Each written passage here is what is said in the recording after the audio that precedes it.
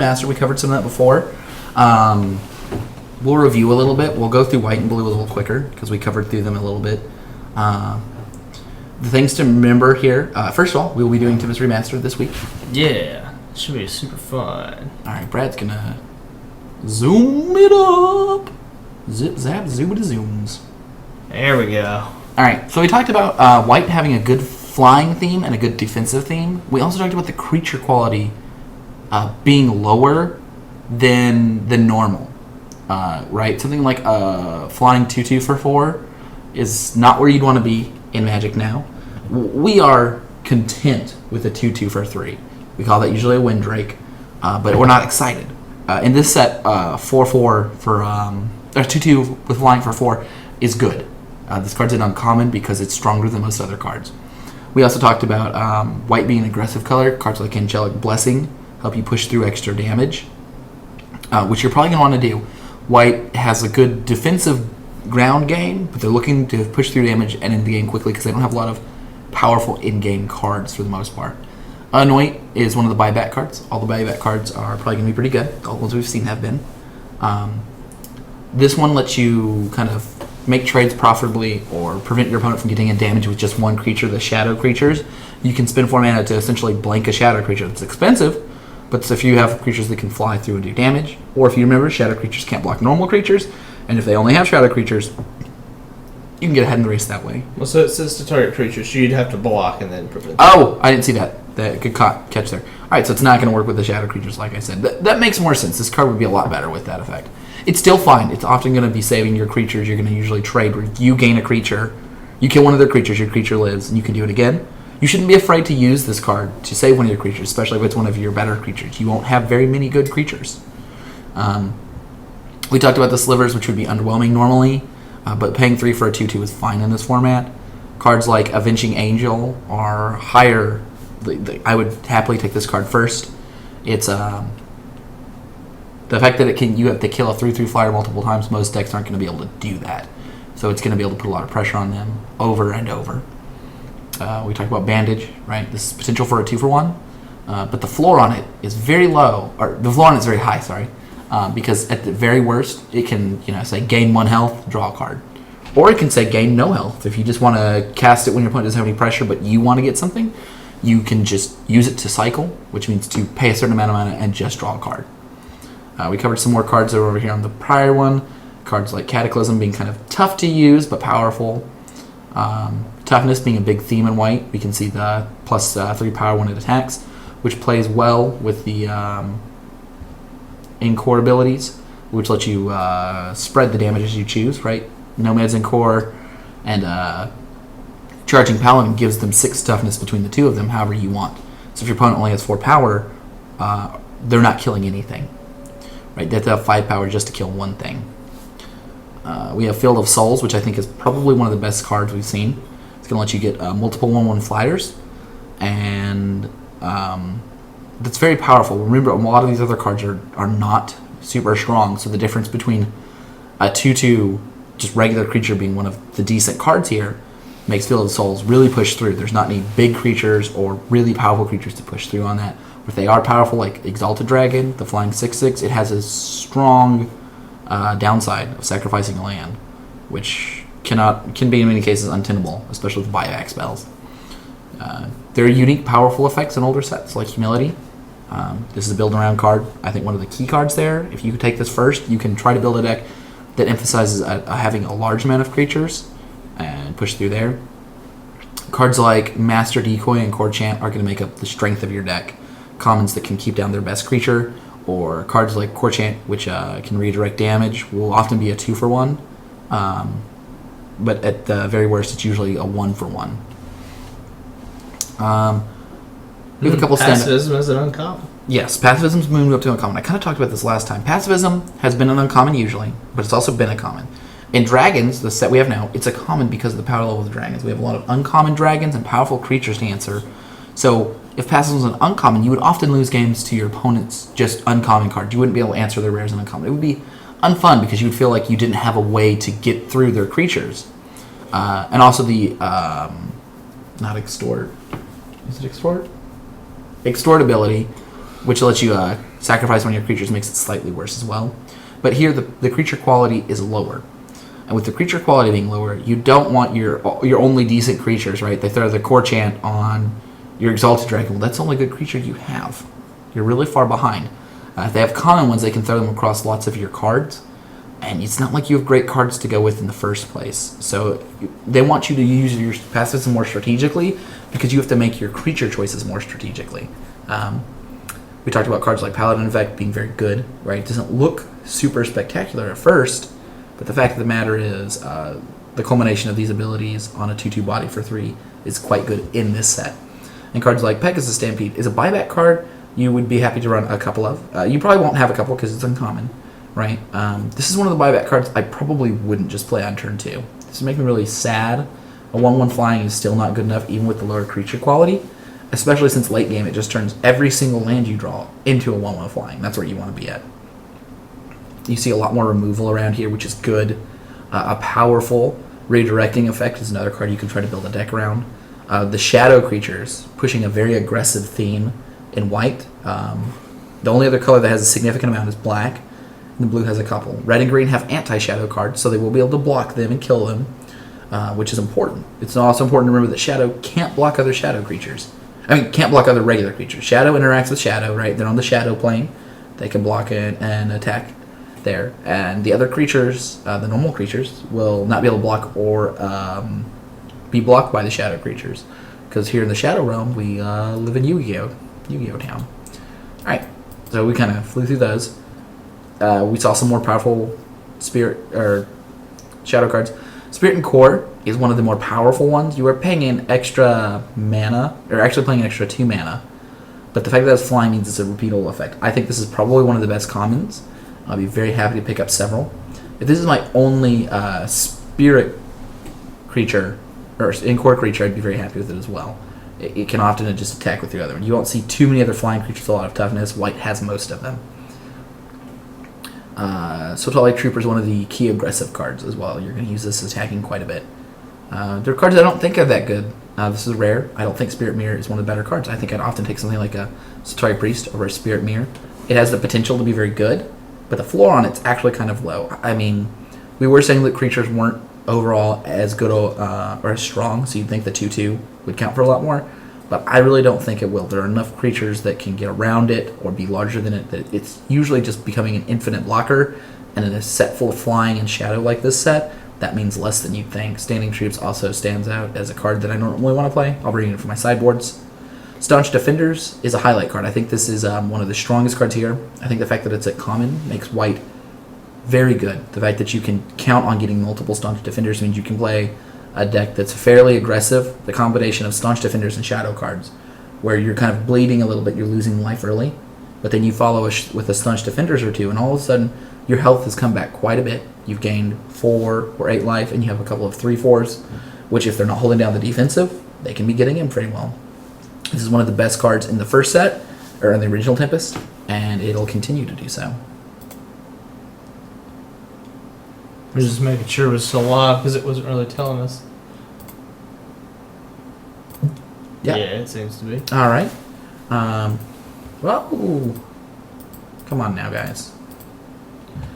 Wild Lessons is another card I'm going to bring in from the sideboard. Warrior In-Core is another very powerful card. You'll notice most of the In-Core creatures do not have much power. There's only 2 that have had 2 power. That's why this card isn't uncommon, is because it's such a large amount of power so early. And look at the combo there. You just redirect all the damage to the Wall of Essence. That's true. That is one of the things about it. You can take your Wall of Essence, and I will always take my Wall of Essence after I have in-core creatures. I would need a significant amount of in-core creatures, probably 5, maybe 4, to consider the Wall of Essence. It's put in here specifically to do that, and it's powerful when it gets there, because your opponent can attack you for with a 4/4, right? You can have the warrior take 1 damage, the wall take 3, you gain 3 life. They didn't do anything, but the wall is very underwhelming by itself, and so I don't want to play a lot of them. Fortunately, you won't have to. It's an uncommon. Wrath effects are always strong. They're very strong here as well. You can often let your opponent develop a very strong wide board because there's not a lot of big creatures. We have some viewers. Hello, viewers. We've just been recapping on the various Tempest cards. We're about to go into blue, right? So white overall is an interesting combination of aggression and defensive cards. It has a lot of evasion in it and very strong defensive cards to back it up. So I would be happy playing white. I think it's a strong color. We'll have to see where it's at. We'll do kind of review if we go through all the colors to go from there. Youthful Knight looks like it's a really, really good card, but being the only first strike creature in these colors means that you probably won't have more than one or two, and the first strike's better in multiples on defense. And you don't, like, if I was in red-white, I'd be happy to play this because you can use the shock effect. Red has a lot of burn in this set. But by itself, I wouldn't be starting these early. So it's lower than you think, even though it is a strong card from the time. And it'd be nice to know how many things this actually can take out with the first strike. We'll probably kind of go back over for that. It's hard to get those numbers just going through it first. But if we run another Tempest review, we might crunch some numbers and write some stuff out and give you guys some cool stats. Yeah. They move some cards from common to uncommon. Counterspell and Capsize are both because they're powerful cards, but they're also not fun cards to play against. Capsize, you can play it early. If you have more than one, I wouldn't be afraid to. If I had only one, I would be conservative with it because at 6 mana you can bounce one of their cards every turn, a land, or their best creature. And later in the game, you can get to a situation where you have 12 mana and you're bouncing 2 things where you just slowly deplete their effects. Counterspell seems like it's a very good card because it's a very good card in Constructed. But when we compare that to cards like Dismiss and Forbid, it's actually the worst of the 3. Even though it only costs 2 blue, you won't normally start out with 2 blue. I'd rather have an effect like drawing a card, which is very valuable, or having the ability to turn my lands into more discard spells by discarding 2 cards with it. It's important to remember when you buy back, if they counter it, you don't get it back to your hand. If I cast Forbid and I discard the 2 cards, my opponent counters it, I lost 2 cards in Forbid. So it's moderately risky, not super risky. We have Curiosity, a card that combos with some of the other cards with the evasion. And that's nice. It's a slightly risky card in that you can get 2 for 1, but you only have to hit your opponent once to get to a position where it's a stable amount. That's Dismiss. Dreamhall's the card I don't think is playable. It's too much cost for the effect, and the effect is hard to abuse in Limited. Your opponent can also use it, and they're a card ahead because of Dreamhalls. It's usually a more constructed card. Dream Prowler is a fine card. It plays good defense, and it can do small amounts of damage, which you'll see in blue again is an evasion-heavy color, just like white, with good defensive cards. Ephemeron is what I think is the best creature I've seen so far. It's a 4/4 flying for 6, which would be fine. It wouldn't need any other text to be a good card. But the fact that you can discard a card to return to your hand makes it nearly unkillable if you're smart with when you play your lands or not. Right? I would never play this just onto a board without a card in hand unless it was absolutely necessary, because being able to back it up and protect is very strong. Fighting Drake is another one of those cards like Dream Prowler where it can get in, it can do damage, and it's generally pretty hard to block. Gaseous Swarm is a card I would not normally play. Hammerhead Shark is a card you will pick up. You won't pick it up over cards you'd always put in your main deck, but if you think of it as a 2/3 defender with a giant upside against blue, then that's the card you should be looking for. If I had a deck that had a lot of flyers, I would pick up a solid amount of Hammerhead Sharks to use them defensively, and when you play the blue match where they're going to have the flyers, you're going to have a very strong edge with all your 2/3s that get in. Horned Turtle plays in that as well. Right, we talked about the soldiers not being as good because they're 1/4, and that's fine, but white doesn't have quite as many evasive threats, and the creature quality is a little higher in white. It's a little worse in blue, so Horned Turtle's a little better than Standing Troops, which is odd, but the color difference and how the color works out kind of determines that. Intuition's another card that I don't think is playable. Giving your opponent the option of 3 cards, which you may only have 3 bombs, and if you have to show them all 3, then you're giving them 2, and they have to answer 1. Now, is Intuition one of the money cards that we'd probably be taking just to... It's like $1. Oh, I think really? in Tempest... Because in paper, it's much more than that. Yeah, older cards are worth more in paper. They don't scale as well in online releases, and Intuition will probably stay fairly low. I might take it... Like, interesting thing about dollar cards. I would take over a card that was somewhere in the middle of my deck, let's say Wheeled Around because it's not very powerful, because it's probably better than another card. Let's say that I could choose between Dream Prowler and Intuition on the wheel. I would probably take the Intuition because I think it's going to do more for my total ticket value than Dream Prowler. Dream Prowler is not likely to win me games, right? A ticket's worth of games by itself. It's not likely to make that difference. But Intuition's worth the ticket straight up. So it's done its job of helping me with value. And here on Mobius Pick, we're talking about going infinite, which means paying as little as possible to pay for draft, and eventually paying nothing is the goal. But next to this card is Killer Whale, which is one of the best cards. It was excellent at Vintage Masters, and it'll be even better here because the creature quality is lower. 5 for a 3/5 is perfectly serviceable in blue. One of the best blue just ground creatures. And the fact that you give it flying gives it a lot of oomph. This can be one of the main cards you're going to win with. And in fact, you're more likely to see it than any of the other cards that you can win with. Legerdemain and Legacy's Allure are stealing effects and trading effects. They can be powerful, but when we think of these effects being extra powerful in newer Magic sets, it's because the creatures are better. Our creatures are worse. So, stealing their best creature when their best creature was something like a Fighting Drake is good, but it's not as backbreaking as stealing a giant creature. So you're after stealing worse creatures. Legerdemain lets you trade a creature, which is fine because you'll have plenty of bad creatures to trade. You trade one of your ground creatures for that. I wouldn't pick it super highly, but I would be happy to play one of each of these in the deck, or maybe two Legerdemains or one Legacy Allure. Mana Leak is a powerful card. It's a common. These games are going to go long because you have less power. The cards are less powerful, so they're going to take longer, which makes it slightly worse than normal because you can't end the game as quickly. But that's fine because it's a common. You can chain them together at a disadvantage, but then it makes them relevant again. Machor is one of the better creatures. The fact that it can ping to do damage, ping means just doing damage to anything it wants, and that it's a 3/3 flyer means that it can kill 4/4 flyers.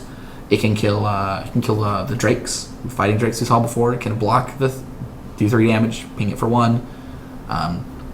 It's definitely a strong first pick. I'd be very happy to have it. One of the better blue cards.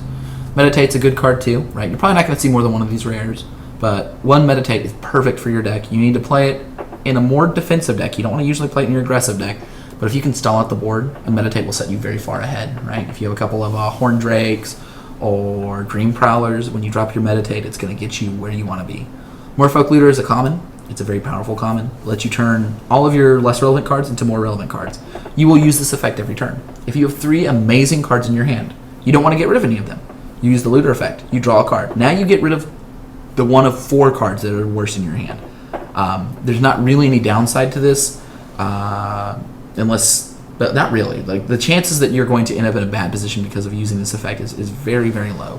You're always better off to always use it than not. That's the general rule, and I would stick to it fairly religiously. All right. Monomic Sliver is one of those fine cards you'll play, but not excited about. Rootwater Hunter is moved to uncommon. Pinging effects are strong. If you get multiple of these, you can wreck the board. That's why they made it uncommon, so you don't have to worry about that as much. High pick. Scrivener is a card that looks underwhelming. Paying 5 for a 2/2 is not amazing, but it's better here because the lower creature quality overall means that Scrivener is a better card. It's a 2-for-1.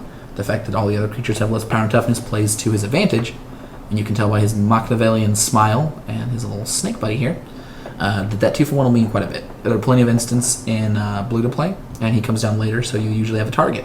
I wouldn't normally play him unless I absolutely had to if I didn't have a target. He's not going to put on a lot of pressure, but he'll let you get one of your tricks back. Sea Monster's a fine card. I don't know if I normally main deck it, because you're not going to always see islands. If you need a big defensive creature, you're probably going to play one that comes down earlier. But being a 6/6 for 6 is great. I'd like to always have one of these. I don't know if I'd ever want to have more than one of these on my sideboard unless it was a free pick. Shadow Rift goes into the aggressive strategies, but also you can cycle it. I will play as many of these as I can get, probably. Lets me push through damage if I want to. Also lets you block shadow creatures without having a shadow on the board. Lets you block shadow creatures without having shadow on the board, which is important. And most importantly, it targets any creature to let you draw a card. If you just need to draw a card, you can target your opponent's creature after they've attacked or on your turn. Draw the card, and no harm for no foul. They also can't 2-for-1 you because they would have to kill their own creature, what they won't. Sift is a very powerful draw effect. Paying 4 to draw 3s and discard a card is a great selection. I would be happy to play 1 or 2 of those. I don't think I'd play more than 2. It's kind of pricey, and you don't need that much card draw. You need some amount of substance to your deck, right? This gives you velocity, these cards do, which means that you get to go through your deck quicker, makes your deck effectively smaller because you have more things powering through. But you can't spend all your turns just drawing cards, or you'll die to their onboard presence. Silver Werven is a great card. You should take it. Always. It's just great. 5 mana, 4/3 flying was fine. Like, I would take that. Hands down. Done. The fact that you can use the targeting changing ability, you can change the ability of pacifism, of a burn spell, of a kill spell, right? If I thought my opponent had those things, I would probably play this on 6 and leave a blue up. So my opponent has to always not be able to kill with just one spell. And that also means that you can kind of get in a position where they have to use 2 spells, and then 3 for 1 because they use the 2 spells and you targeted one of their cards. Spell best, counter target spell with converted mana cost X. I probably won't be playing many of these. Counter spells aren't super strong and limited because they're reactive, and you want to be proactive. Once your opponent has the creature on the board, your counter spell does nothing unless you have an advantage board state. They don't do a lot there either, so I won't be picking that highly. Unlike Thalicos Drifters, which is great, 4 for 3/3. I'm on board. The fact that I can discard, might give a shadow to block or get damage, means that he'll push through quite a bit of damage. Again, it's an uncommon, so you're unlikely to see more than one, but if I was, I'd be happy to have 2. Thalicos Scout. This is one of the aggressive blue cards. It's defensive. In theory, you can play like 2 Thalicos Scouts and a bunch of defensive blue cards to keep killing your opponent, because they're very hard to kill. A lot of things kill it, though, right? Your opponent plays 1 Pinger, and all of a sudden your Thalicos Scout is just not holding up the board like it should. Thalicos Seer, on the other hand, is another tricky card because you often want it to die. Paying 2 blue to get in some damage, maybe you won't win the race on that. If you have a Pinger yourself, value goes up because you can just kill it yourself to regain the card if you need it. Time Ebb. Bounce effects, right? Cards that turn to your opponent's hand or to their library. If it goes to their hand, you lose a card, but you gain tempo, which means time, although you're down a card. Time Ebb actually just puts it on top of their library, which means you don't lose a card because they have to redraw that card. It's a very strong card in that. You don't normally see this effect at 3 anymore because of that. With the creatures being smaller, Time Ebb's not as powerful, which is appropriate. Usually in new formats with Time Ebb legal, it's very, very strong in here. It's a solid card that I'm happy to have a couple of. Time Warp. It's not really actually a playable card. It looks cool. Taking extra turns seems great, but unless you're ahead, it's not doing much. Often this is the card Explore, which is draw another card, play another land, which is not that great. Even in your aggressive decks, you probably would rather have a 5 mana card that does more. I'd rather have a Sift than this. Trade Windrider. Oh my gosh. Oh, that's a rare. Okay, I thought they made it uncommon. This is probably the best blue card if you can build around it properly. The reason is tapping 2 untapped creatures to return a permanent to its owner's hand. It's that bounce effect, which is not worth a card by itself, but the fact that you can do this every turn means that they can't keep their best creature on the ground. It means as a 4/1 flyer, you can block a creature. If your opponent attacks with 2 3/3s and you have 2 1/1s in this, they don't get any damage through. They just have to recast their 3/3. Very powerful. Probably the strongest card we've seen so far. I really like that. It's very, very good. If we get to draw these, we will hopefully get to win some games. Twitch is the thing we're streaming on right now. It's Twitch TV. Very good. Twitch TV / Mobius Pick is where you're at right now. It's a great picture right there. Yeah. But also, it's okay. I'll play a couple of these. It cycles, but it doesn't cycle cheaply. So cantrips, which means you draw a card after playing it. You can keep down an opponent's card to buy more time. You can untap one of your powerful cards, right? If you're in blue-green or something with bigger creatures, it can get you a card out of it in addition to drawing a card. I would probably play one. I don't think I'll play more than one just because it's such a nominal effect when you're not getting a lot out of it. Okay, Volrax's Curse. Enchanted creature can't attack or block. Its activated abilities can't be activated, which is a big deal. There are a lot of activated abilities. That a creature's controller may sacrifice a permanent, including lands, to ignore this effect for a turn. You can return it to its owner's hand by paying 2. It's an okay card. I think this is a sideboard card against decks with a lot of activated abilities or that are extremely aggressive. As the game keeps going on, it'll become worth slightly less. If you need a card to absolutely save you, this will not do it. If you need a card to help gum up the board, this card's doing a lot for you. Wayward Soul is a very powerful 4-mana card. Paying 4 for a 3/2 would be fine. The blue ability, put it on top of your library, makes it very hard to kill. You need to use this ability judiciously, though. You need to make sure that a 3/2 is stronger than anything else you could draw. If it is, it's correct to put on top of your deck. If you're looking for something other than that, it's not where you want to be at. I would be happy to play several of these, really. With a lot of ground guys, this guy can get through a lot of damage. Whispers of the Muse is an excellent card. Don't be afraid to just pay 1 to draw a card early. If you have 2 or 3 in your deck, burning 2 is totally acceptable. You're never going to have enough to cast multiple of these because you can cast the same one with buyback multiple times. So I think it's one of the better cantrips in the whole set, just because it has the option of being very, very good late. Even if it's early game, draw 1 card, late game, pay 7, draw 2 cards, that's fine. It's an instant as well, so you can keep up counter magic with it.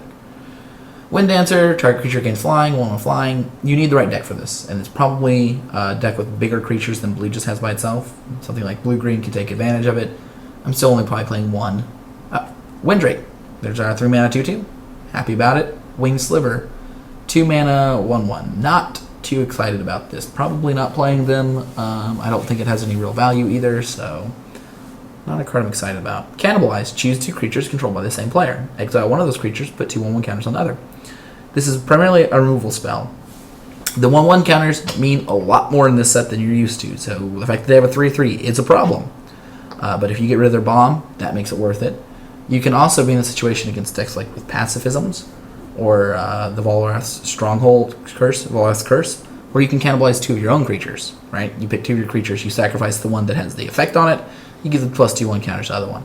It's not amazing in that you 2 for 1 to yourself, but you're not getting any other effect out of that card, and if you don't have good targets for cannibalize, it can be used to help increase the damage quite a bit. You can see a little face here and the bones, which is nifty. Carnophage. At the beginning of your upkeep, tap it unless you pay 1 life. If you're building the aggressive deck, this is the kind of cards you want. These black cards will outrace a lot of damage. You can combine them with the shadow cards to make a very potent mixed offense. And you'll also see a decent amount of cheap black removal coming up. Clot Slivers. All Slivers have 2 mana to regenerate this permanent. It's a good defensive card. If you want to just have a 2 mana 1/1 with regenerate 2, it's decent. You have to find the right deck for it. Black's not really playing this way as much, but you might be able to find the combination of cards that make that strong. Coercion is a discard spell. You got to choose any of them. I will not main deck this. I might sideboard it for a card that's going to just destroy me. We'll see Rolling Thunder later, maybe a Capsize, something I can't deal with and I need to get out of their hand. You can steal the buyback cards, and they don't really have a way to buy them back, right? Even if they have an instant, they play it, they buy it back, didn't matter. Coffin Queen. You may choose not to untap Coffin Queen during your untap step. Put a target creature card from a graveyard onto the battlefield under your control. When Coffin Queen becomes untapped, you lose control of that creature, exile that creature. Coffin Queen lets you get creatures out of the graveyard for 3 mana. She's fragile, but she's powerful. It's the kind of card I'd be happy to have first, and that I can build a deck around it. I can build a defensive deck that takes advantage of her grindiness, right? The game's going to go long, we're going to grind our resources out against each other. Or an aggressive deck that punishes your opponent for blocking and makes them want to have to use removal spells on things like Coffin Queen instead of your shadow guys. Commander Driven Ilvek is 6 for 7/5. Fear. Can't be blocked by artifact or black creatures, right? We're used to Intimidate. This is black creatures. If his color somehow changes, it's still black creatures, which is nifty. When he enters the battlefield, sacrifice a creature. You want to make sure you have a creature. If I only have 1 creature out and I play him and they kill my creature, well, I'm sacrificing him, which is Pretty not terrible. exciting. But 7/5 will get the game over really quickly. He's a finisher, and he's an aggressive finisher, one of the best. The triple black is something to be careful about. You need to be able to pay that pretty well. There are decks where he goes into. He does not go into every black deck. Often your black decks are going to be more aggressive than that. Corpse Dance is a very powerful card. It's 3, buyback for 2. Return the top creature card of your graveyard to the battlefield. That creature gains haste. Exile at the beginning of upkeep. You can pay 5 to keep attacking with your creatures. It's a good top end for an aggressive deck, and then you can just over and over. In a blue-black deck where you can discard cards with all your discard outlets, it also lets you kind of get a little bit more advantage out of it. It's also fine to cast on just 3 to end the game, although you often won't be in that position. Krovax the Cursed. It's a 4 mana, and it's a 4/4. At the beginning of your upkeep, you sacrifice a creature. If you do, you put a 1/1 counter on it. If you don't, you remove a counter. You need a lot of creatures to make him work, but a 4/4 is very big. You can pay a black to give him flying, right? He's a vampire. It'll push through a lot of damage. So that's where you want to be at. This is a great card to hold back in your really aggressive deck after your shadow creatures are blockaded by their shadow creatures, or your ground creatures no longer do anything. He will eat them, and he'll turn them into resources, damage specifically here. Cursed Flesh, enchanted creature has -1/-1 in fear. There's a lot of 1 toughness creatures. That's mostly what you're using this at. I would be happy to play 2 of these in my deck probably. There's enough creatures that's fine. And if I'm playing an aggressive deck, it'll let me push through damage to the cost of some amount of toughness and power.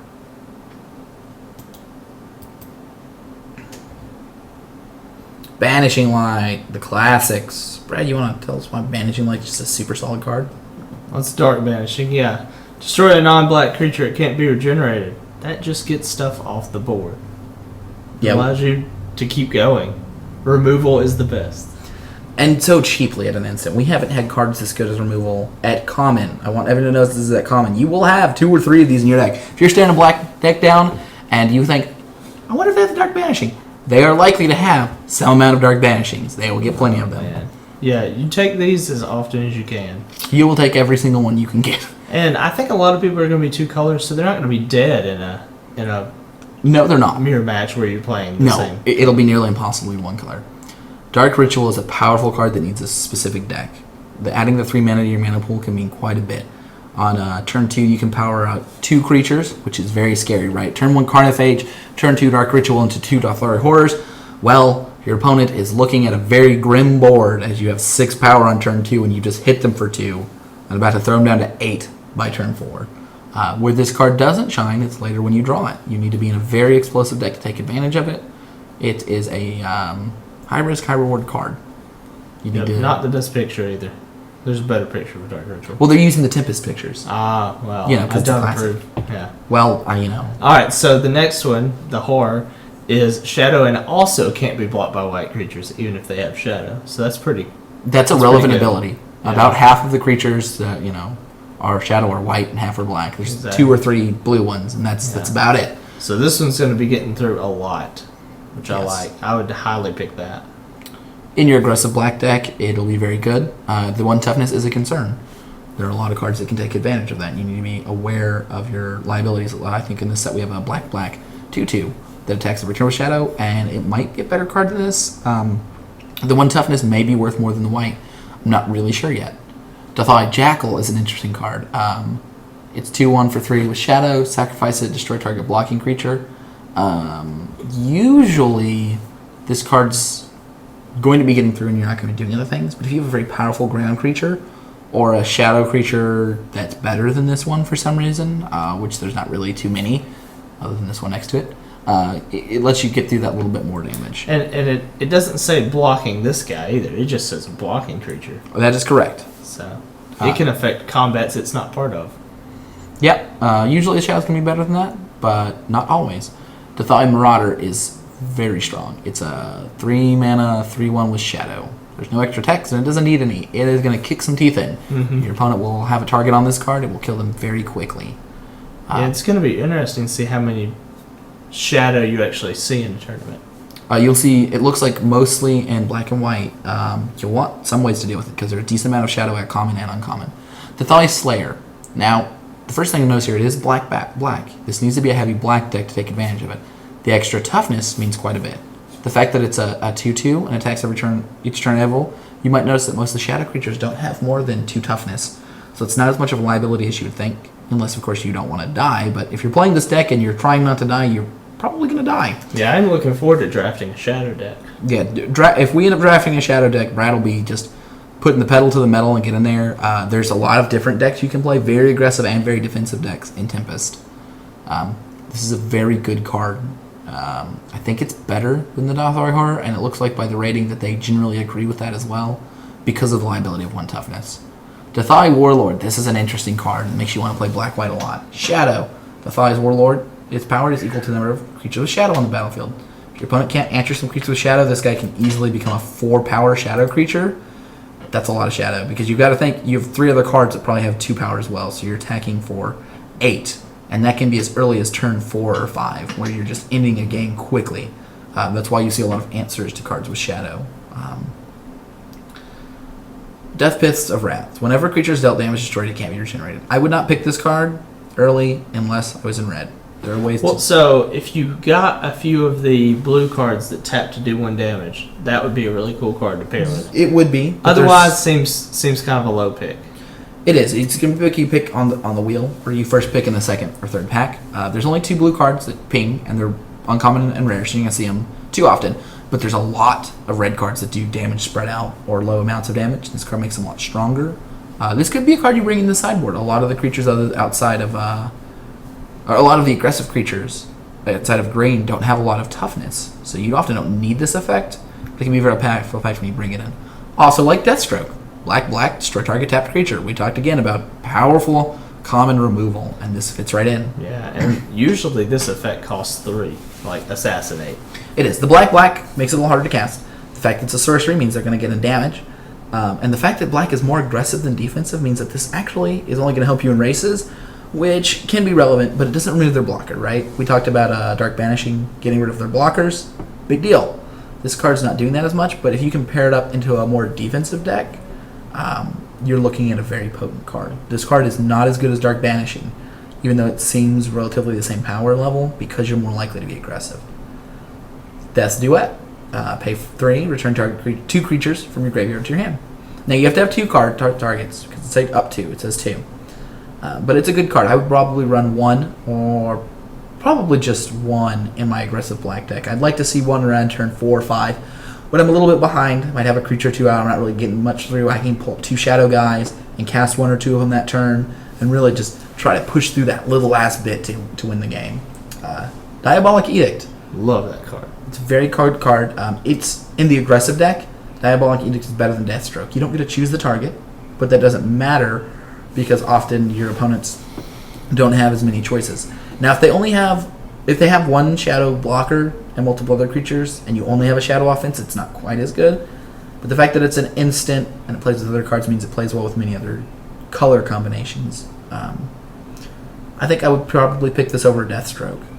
Dungeon Shade looks like it's out of one of those old horror books. It's like almost the exact face. Anyway, it's 4 for 1/1 flying, which is underwhelming. The fact that you can play black to get 1 more power and toughness, it's very good. Other than against the red decks, this is a strong card, a great finisher for your aggressive deck, or a solid finisher for your very, very late game deck, where you can just kind of wait until the end, kill their creatures, Deathstrokes, Dark Banishings, and then finish it off. It's impressive they have a finisher at common. It is. It's because it's a fragile finisher, but it is still a very good finisher. We saw white and blue had flyers. We'll see red has a lot of removal, and green's not going to be too happy about that either. It has a good amount of reach. All right, this is the premier black card with buyback. I think it's more powerful than Capsize, and it's probably the most powerful buyback card that we'll see for the moment. It might be the whole one set. Evan's Guard Justice is 4 to do 2 damage to each creature and player. You can buy back it for 3. This is the kind of card you're actually going to play in your aggressive deck. It seems counterintuitive at first, because you don't want to kill your creatures, but you don't use it to do that. You keep on a steady amount of pressure. Your opponent eventually stabilizes their board. They're ready to win. They're at 4 or 6 life. Evan Cards Justice buyback. Evan Cards Justice buyback. Evan's Cards Justice. I won the game. It's a very potent card. In control builds, you will also be using this to clear off all those shadow cards which have no toughness. Definitely a first pick. Yeah. What is it? Target player. Fugue? Fugue? Fugue? Yeah. Target player discards 3 cards. I can't see making use of this. It's fine in the later deck. It's better than it seems at first because of the buyback cards. Your opponents will have more cards in hand than normal. And it's not really a 3 for 1, but often, or not good 3. Usually you'll get 2 spells in a land with it, which is very powerful. You're not going to want it all the time. It's a card I'm going to bring in from my sideboard often, or from playing a controlling black deck, I'll run 1. Fortunately, you only have to run 1. It's an uncommon. Gravedigger, when it enters the battlefield, you can return a creature card from graveyard to your hand. With the weakened power of creatures overall, the fact that it's a 2/2 means more. So that's a fine creature, and it has a good effect. I'd be happy to run 2 of these. I don't think I'd run too many more. It is a little pricey, and it's a bad card if you just have to cast it for 4 without getting another creature. Kizardrax, this is an excellent aggressive creature. At the beginning of your upkeep, if your opponent controls no creatures, it deals 4 damage to you. It's a 4/4 for 4 for a strike. It's a very good card. Your opponent can organize some situations where it'll bite you, literally. But often, it's going to be doing quite a bit of damage. If your opponent only has a shadow creature and they can't kill it, you're racing them quite well. If they have other creatures, the fact that it's a 4/4 means it's going to trade well. The first strike will keep it alive. You can combine it with other things to gain life, if you'd like, but it's not normally necessary. Kizardrax puts on the damage pretty quickly. Lab Rats is the common buyback. It's 1 to make a 1/1. Not that great. Or 5 to buy it back. This is actually a control sweeper. Or not control, a control win condition. You're going to do this over and over and over after you've cards like Fugue and all your edicts and removal spells. You're just going to grind them out. You can play 2 Lab Rats or 1 or 2 Lab Rats and consider that as one of your win conditions. It's slow, it's grindy, but Tempest control decks are like that. Living Death is a very powerful card. Kills all of the cards, kills all the cards in play and brings all the other cards from the graveyard into play. You can use this as a Wrath effect to stop your opponent from winning. It is poor if you started out by killing a lot of your opponent's creatures with things like Deathstroke and then came back to do a Living End. But it's very powerful if you're setting up a position where you've been attacking with a lot of creatures, your creatures have been dying, theirs haven't, you've been using discard spells or looting effects to get more creatures in your graveyard. You have to set up the deck for it, but I'd be happy to take this early. Necrologia. You cast it during end step, you pay an additional life, and you draw X amount of cards. This is a tricky card to use. It's one I'm not willing to use either usually. Too often. I'd be happy to play it in your control deck or your aggressive deck. You just need to be careful. You need to be content with drawing 3 cards. 3 to 4 is your sweet spot. You really don't want to go over that unless you have an abundance of life, or if you're a very aggressive deck looking to finish the game out. It's not necessarily the kind of card you want to commit very highly in, because remember, the red with the burn and all your opponent has to do is be able to survive a turn or two or play an uninspected card on their turn before your cards can be put to good use because it's on your end step, and you could be dead. So I would be more conservative than less with it. Rats of Wrath, destroy target artifact, creature, or land you control. There are different effects that can go onto stuff to make this effect useful. The fact that it's a 2/1 for 2 is not terrible, right? You might want to destroy your Khazadrix. You might want to set up a good Living Death. You might want to use a reuse and enter the battlefield effect with a Gravedigger. This is just in black. I don't think there's much else in black specifically, but other colors have kind of nifty effects like that as well. Reanimate. Return target creature from a graveyard into the battlefield under your control. You lose life equals to mana cost. You're going to take these. I'd be happy having 2 in my deck. You just need to be kind of careful. With discard spells, you can get quite a bit of value. If you make your opponent discard and use it, you can get quite a bit of value. But it's hard to get very big creatures back later because of the amount of life loss you may have suffered. Recurring Nightmare is probably the most unfair card in the entire set. You pay 3.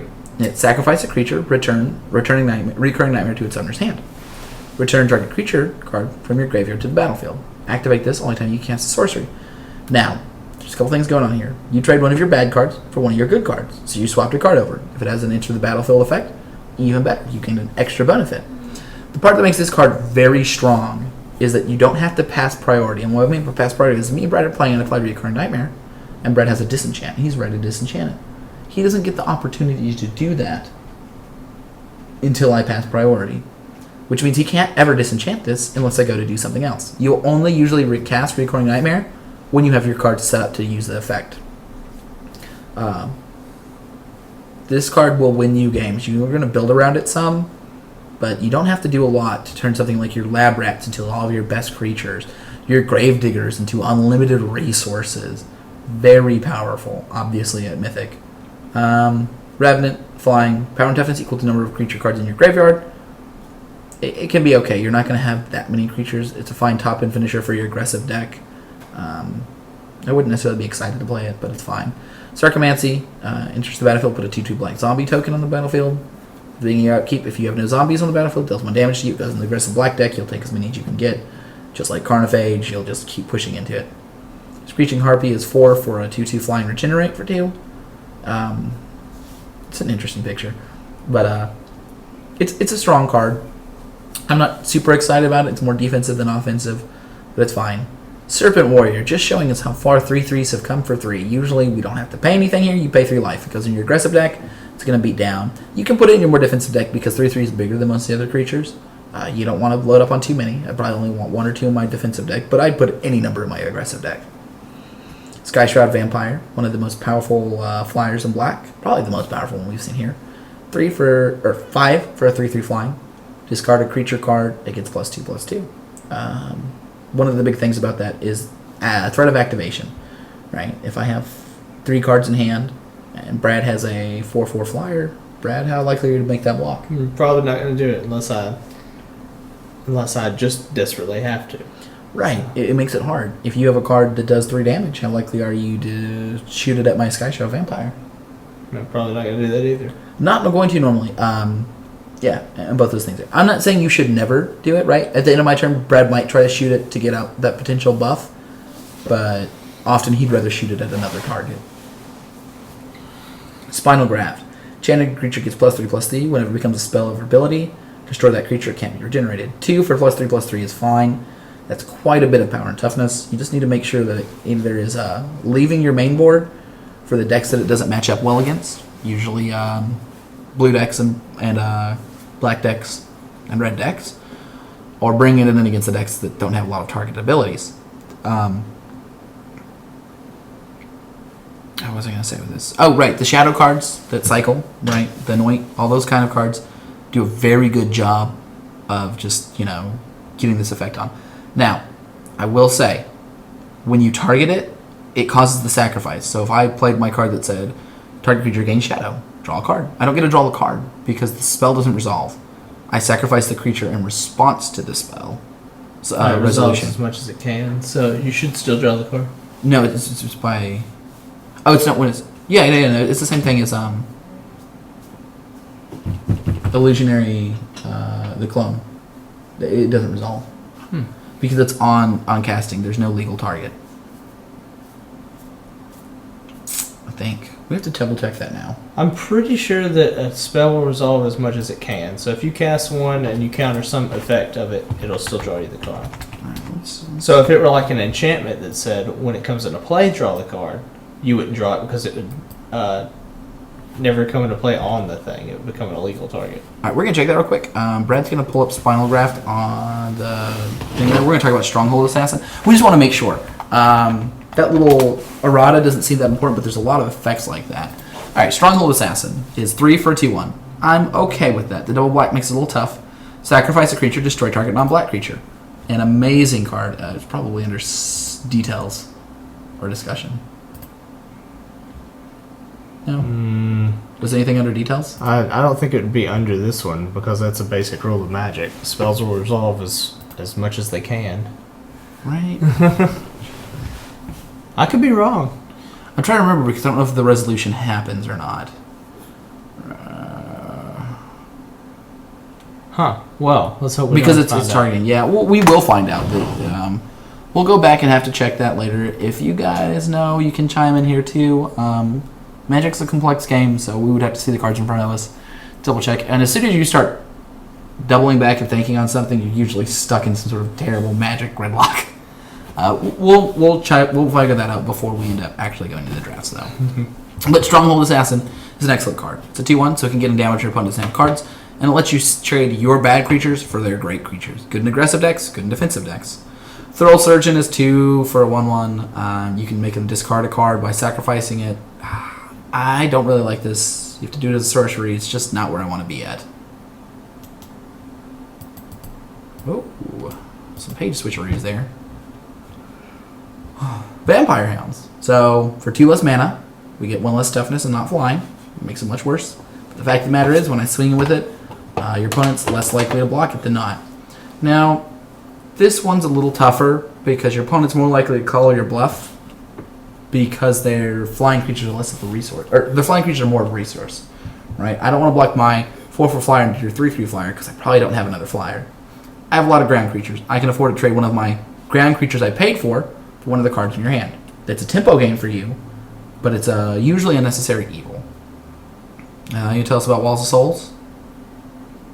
It's a card I'd be happy with playing.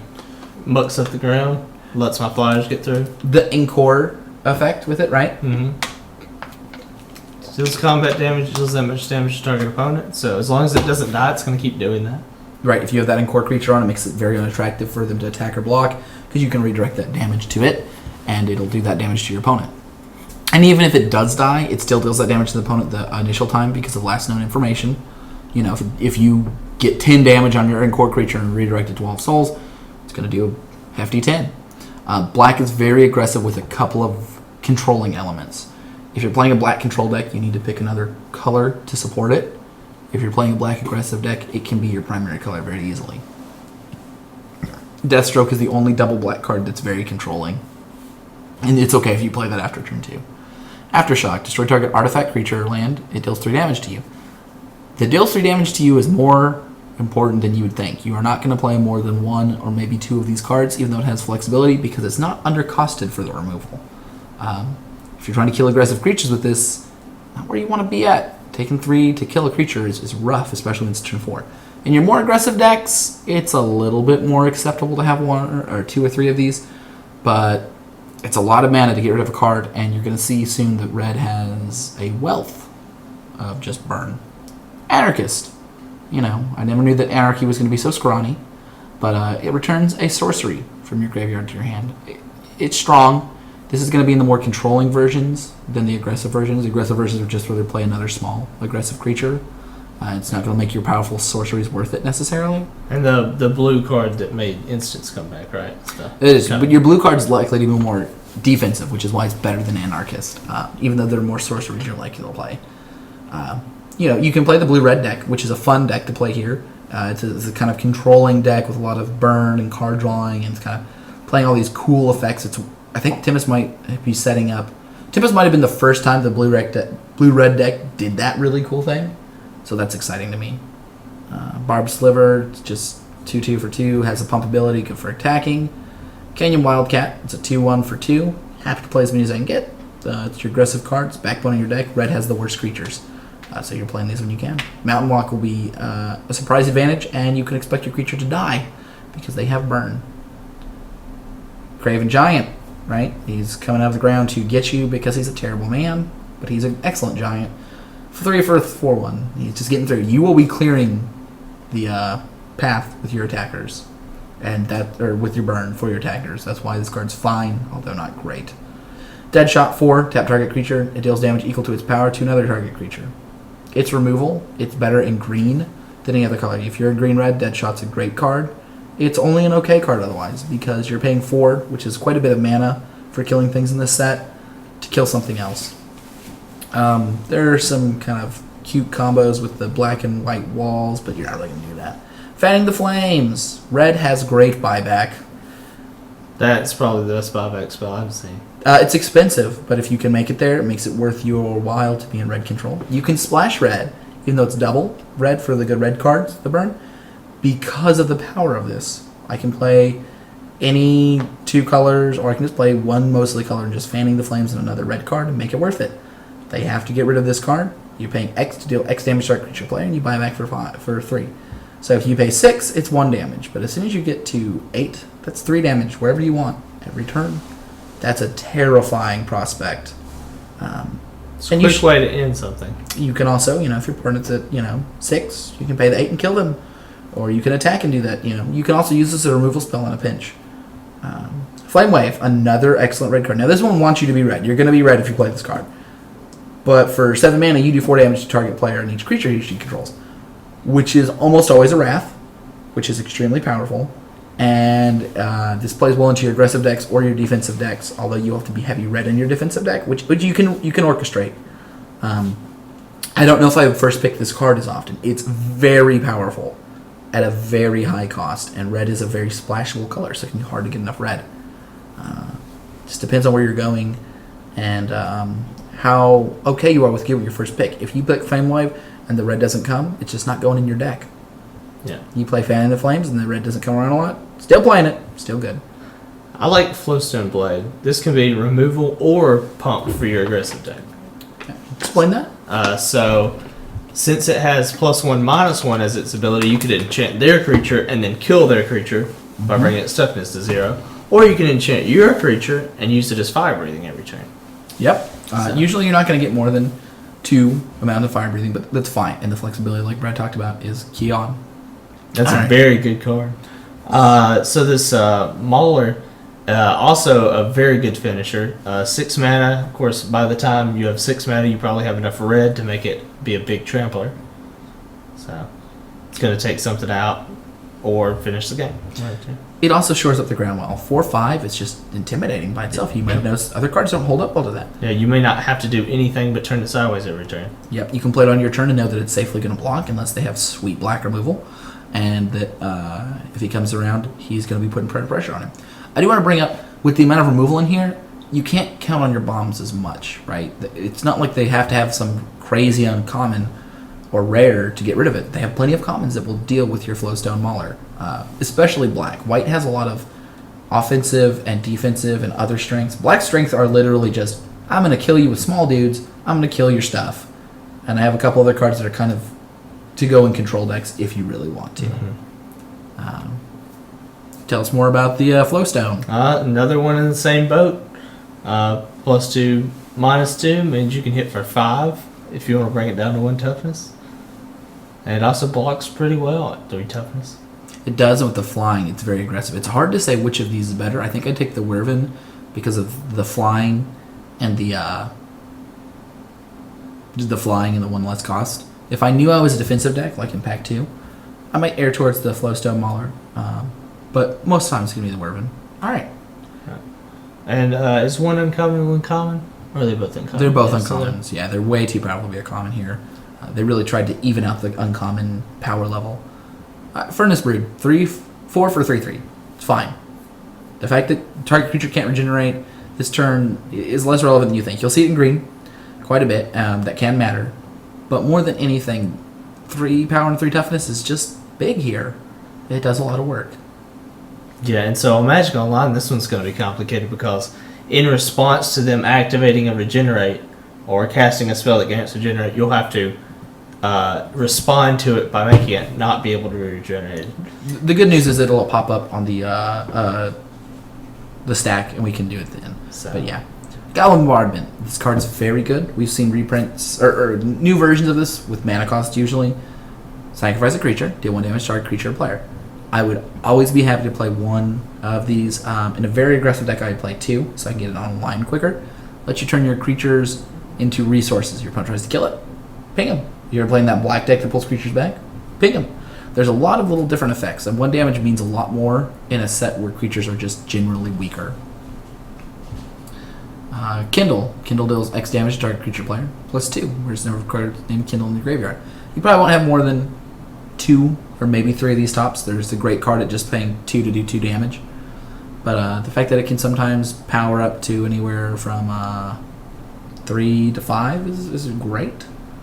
Count it as 2 damage. Don't count it as more, or you're setting yourself up for disappointment.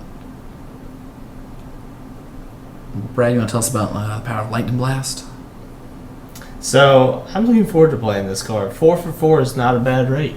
And going to the face or to a creature, it'll kill most creatures in the set from what I've seen. It's true.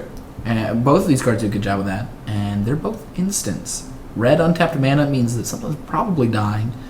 And it might not be quite as efficient as Dark Banishing, but Dark Banishing doesn't go to the face. You can't just dome them and take out that chunk of 3 or 4 life right from them. Lowland Giant is one of the premier red cards. 4 red, with double red in it for 4/3. It's good. It's getting through a lot. Your opponent's going to try to kill it aggressively. It's going to probably trade with 2 of their creatures. And you just don't have that many good creatures, so things like this are sharp. You're still always taking your removal over it, but this is the kind of card you'll be happy to get back on the wheel. Other people don't want these cards that much because of the double red. Majovec. Discard a card at random. It deals 1 damage to target creature player. So, in trade for getting a 2/2, we have to use the random effect to ping. Still powerful. It's an uncommon instead of common now. But the other nice part to it is later in the game when you just have lands, you can just store up lands in it and use those lands, right? Let's say that your curve tops out at 5 and you don't have an X spell. You can just save all your lands up and turn after turn use this effect. Brad, you want to tell us about dinosaurs? I know you're a dinosaur fan. He's actually an elemental lizard. It's because they don't have dinosaurs because they're terrible. So he enters the battlefield with 5 1/1 counters on him. You may remove a counter. If you don't sacrifice him, it deals damage equal to the number of 1/1 counters on it to each creature without flying in each player. Could be a tricky card to play with, So Definitely. he slowly dies over time, or he comes out and explodes. Yes. So You're going to control this. The fact that you control this, right? You can play it on turn 4 or turn 5. Let it dip down to a 4/4, attack for 4. And then if you have any 5 toughness creatures, let it explode the next turn to clear the board. Powerful in a lot of different ways. You're usually going to let it pop for 1 at the end just to get in that 1. But often it's doing a lot here for you. You don't always want to get too greedy with it, especially against the black deck with all the removal they have. But everyone else is very vulnerable to this mighty elemental lizard that is not a dragon. I mean dinosaur. But it's not either. no, not a dragon dinosaur. So I like Maniacal Rage. You can use it to attack, or you can use it to make them not be able to block for a turn. Yeah, if you're pushing through the damage and they need to block, this is right up that alley. 2 power and 2 toughness means quite a bit here. You are opening yourself to the 2 for 1. We saw all of those red and black cards that punish it. But with careful use, you can get your worth. So especially on shadow creatures, that'll be great. Yes, it will. Can't attack unless you've cast a creature spell. 1 for a 2/2. That seems like a fine thing, not something I'd pick highly. But as your 20 to 23rd card, that'd be fine. Can be a tough card to use. You'll know if you want this card in your deck or not based on your creature composition. It needs to be very high. What I don't like about this is the amount of good red spells aren't creatures. But if you have enough cheap cards like Mog Fanatic and Mog Conscripts and Mog Flunkies, then you might be able to work. All of these cards have slight downsides. Mog Fanatic's just 1 for a 1/1, which is fine. It can actually kill a lot of creatures. It's just not doing a lot by itself, except for being an onboard 1 damage. Mog Flunkies is 3/3 for 2, which is great, but it can't attack or block alone, so you're seeing these kind of setup for these powerful red cards with kind of high setup cards. Often, if you're in mono red, it's going to be tough, unless you're the only mono red player. Here we've got Mog Infestation. Destroy all creatures target player controls. For each creature that died, put 2/1/1 goblins on the battlefield under the player's control. You can use this in a defensive deck where you have a decent amount of cards to kill 1 or 2 of their big cards and give them smaller cards to kind of set them back, especially if you have good creatures that block, like the Law of Essence or the Horned Turtle. Or in your aggressive deck, it can be your top end, right, where you turn your Mog Conscripts and your Mog Flunkies and your Mog Fanatic and all these other terrible tiny creatures you have, hit a bunch of 2/2s and hope that they get there the next turn. So the Mog Maniac I actually like in a deck that is trying to go for the long game. Just use it as a roadblock for a turn. Yep. And So. it's not a bad card if you want to put some stuff in it. If I have a couple of Maniacal Rages, throwing it on my Mog Maniac's nice because I have to commit some amount of damage to it. That would be fun. Yep. That'd be fun in the aggressive deck. It does make it not be able to block, which is slightly worse, but I guess if you're attacking with it every turn, you're fine with that. The Orc Shaman seems like it's going to be really good. Yeah. It'll kill most creatures in the set. It's 2 and a random card to activate, so that's a little rough, but hopefully you'll be pitching lands to it. So. And you'd also be happy with most of your cards just turning into a Kindle. Yeah. It's not the worst. If you have a powerful card like Mog Infestation, you might not use it that turn, but it's a 3/3 for 5, which is a good attacker. And, trading your Mog Conscripts for that damage in the deck is good. And in your later game deck, it's good. So this goes good in the aggressive or the defensive ones. 5 is the kind of sweet spot there. I don't really want to pay anything above 5 for my aggressive decks. But 5 is where I'm looking to get powerful cards for my defensive decks. Mm-hmm. Pandemonium is whenever a creature enters the battlefield, that creature's controller may have it deal damage equal to its power, target creature player's choice. I'm not normally going to play this card because both players get to do it, and that's terrifying. This is not a card that you can easily use well. Yeah, if you're going to play this, you had better have several things to follow up next turn, because you're probably taking a good deal of damage before it's back around to your turn. It's probably best in your green-red deck where you're playing big, thick creatures, and you're playing this later. Even then, it can be tricky to use if your opponent's aggressive. Yeah. They may have you at a life total where the little bits of damage are getting. The worst part would be you play it, and then they play a couple of small creatures and kill your creatures. Yep. Wrath-Eye Dragon is an extremely powerful card. 4 for a 5/5 flying. However, when it enters the battlefield, you have to sacrifice it or 2 mountains. If you're not playing against the black deck, it has quite a bit of value because they're not usually going to have a way to get through damage or stop it from getting through damage. It's bigger than almost all the other cards. It comes down very early. You have the burn removal to get their smaller things out of the way. Just be aware that's a very real cost. You can play it in a later game red deck where it's just an undercarded card where the 2 mountains don't mean as much. You have 8 lands. You sacrifice down to 6, and you use the other 4 mana to kill something of theirs, or to have a draw spell or a kill spell open. But it goes good in aggressive decks as well. It's just you need to be careful with it due to the sacrificing. Brad, you want to tell us about the Renegade Warlord? So I'm looking forward to playing this one. This should be able to finish most games. Because you're not playing it unless you have a lot of creatures you can attack with. Yep, this guy's the last guy on there. He's a hard guy to get through. 3/3 first strike's a lot of first strike. That is a lot of first strike. And each other attacking creature getting +1 means that you can kind of attack with him and your team and hope to push through enough damage to kind of either put them on a very precarious footing or in the game. Rolling Thunder. Oh, they made it uncommon. This used to be a common. This is probably the most powerful uncommon in the set. And it's also probably one of the strongest 3 cards in the entire set, which is crazy. It's one of the reasons that red will be splashed a lot, and one of the reasons that you should be terrified of red. It's red, red X. Deal damage anywhere, any way you want. It's 6 mana. I've got slightly overcosted Pyrotechnics. At 4 mana, I have a kind of overcosted Arc Lightning.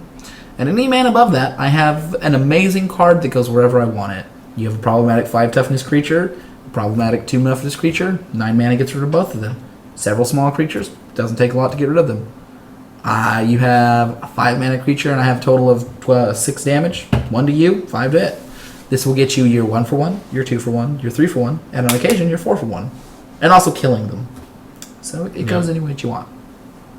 I love the first strike creatures. This one is 5 mana though, so you get flying for that and a 3/2 body. It's not great, but I wouldn't mind playing 1. Right, and the other thing with it too is that we notice a lot of the flying creatures don't have more than 3 toughness, except for one of them. Or 2 of them. One was rare, one's uncommon. So we can get through a lot. With the burn, first strike means a lot more. I can play a Kindle, and now I can kill a 5 mana creature for just 1. You don't want to play too many, but being able to push through some amount of damage makes your Sabertooth Wyrm a good pick to take, like Brad said, 1 of. Yeah, I think the first strike in this set's going to be a lot higher than normal sets. It's going to be picked a lot higher. Yeah. So this guy's fire breathing first strike. I think I would like to pick this guy. Yes, you need to make sure that you're heavy red. You need to make sure that when you're casting it, it already has the 2 red in it, so it's not too bad. It can attack as a 3/3. Remember, you're giving up time for that.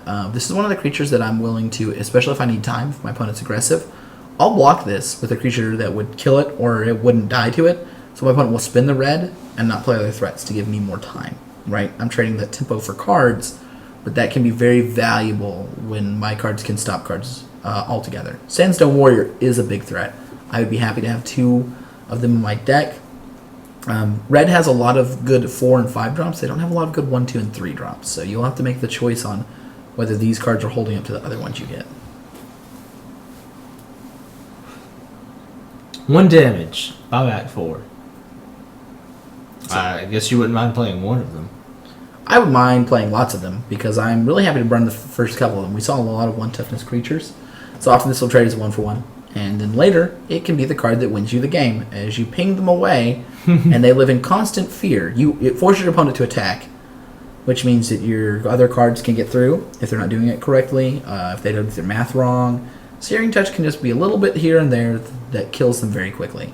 Now, for a buyback card that's not quite as good, there's Seething Anger. It's a sorcery, so they can make this card not resolve by killing your creature in response. And unless you have things to get through with, it's not as strong overall. It's good in a red-white or red-black deck because you can put it with Shadow, but often you just don't have quite what you want board-wise. I'd rather usually just have a creature. Well, if you're playing this super aggressive, lots of low drop deck, I could see playing it. Otherwise, I do like the Searing Touch better. Now the next card, Shadow Storm, I think we're going to see that splashed a lot. Now it'll probably come out of the sideboard, but it might be main boardable, just considering how many shadow creatures. Depends on how many pieces of removal you have. If I'm playing a deck that's not primarily red, like I'm playing a green-red deck but it's mostly green, or a green-blue deck that's mostly green, or a red-blue deck that's mostly blue, having access to killing multiple shadow creatures is important. If I have enough red that I can just Shearing Touch and other cards to kill them away, that's fine. But Shadow Storm is very powerful. Kills almost all of the shadow creatures. It's definitely what you're looking for. Alright, one of the other best red cards. Tell us about some Shard Phoenix. So dealing 2 damage to each creature without flying is amazing. There are so many creatures in this set without flying. So, and that's going to kill most of them. So then you can also return it from your graveyard to hand during your upkeep. So you can just keep going with it. Right, and that's very strong.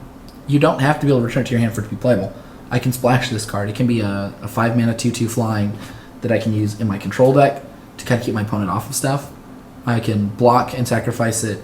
I don't know, you can't do that anymore. When this card came out, you used to be able to block and sacrifice it to do 4 damage, but you can't anymore because combat damage no longer stacks, which is a good thing, by the way. That's not a fun time. But it does 2 damage, so it kills the shadow creatures to save you, or if you're attacking, often you're just returning it over and over as your opponent keeps killing it. Shatter, not a playable card in this format. Spell Shock, whenever a player casts a spell, Spell Shock deals 2 damage to that player. You would have to be very aggressive for this card to be worth it. I'm looking forward to this being worth it. Building that aggressive of a deck. You need to be playing something more like green-red or a blue-red deck where you can come up the board and your opponent needs to commit more resources. Because if you're playing the red deck, well, it can be good there. It's just often your opponent's going to have some way to put on pressure, and if you're playing multiple small spells, the damage on this adds up quite a bit, and this does put you down a spell. Yeah, you're gonna need to basically have emptied your hand before you play, because it's both players, not just the opponent. Enters with 4 counters on it. Remove a 1/1 counter. Deals 1 damage to start creature. That's really good.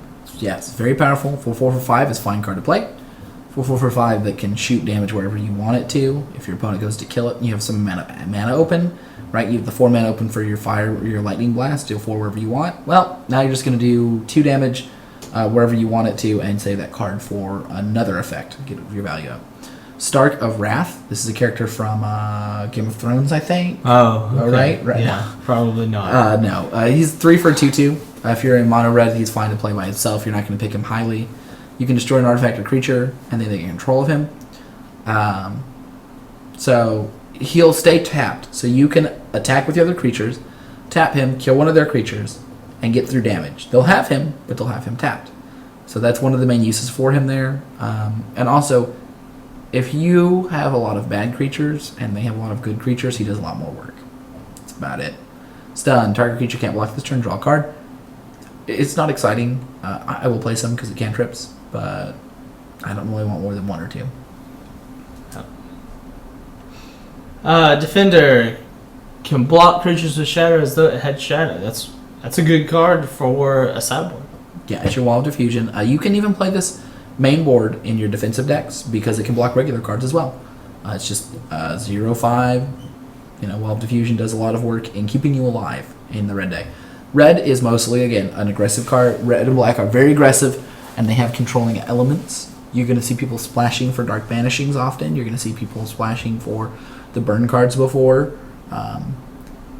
Red has a glut of strong 4 and 5 drops, so you need to be very choosy in what you. I would usually pick a strong 3 drop, or even a decent 3 drop, over a good 5 or 4 drop that wasn't rare or very powerful, due to the fact that you're going to have plenty of 5s and 4s.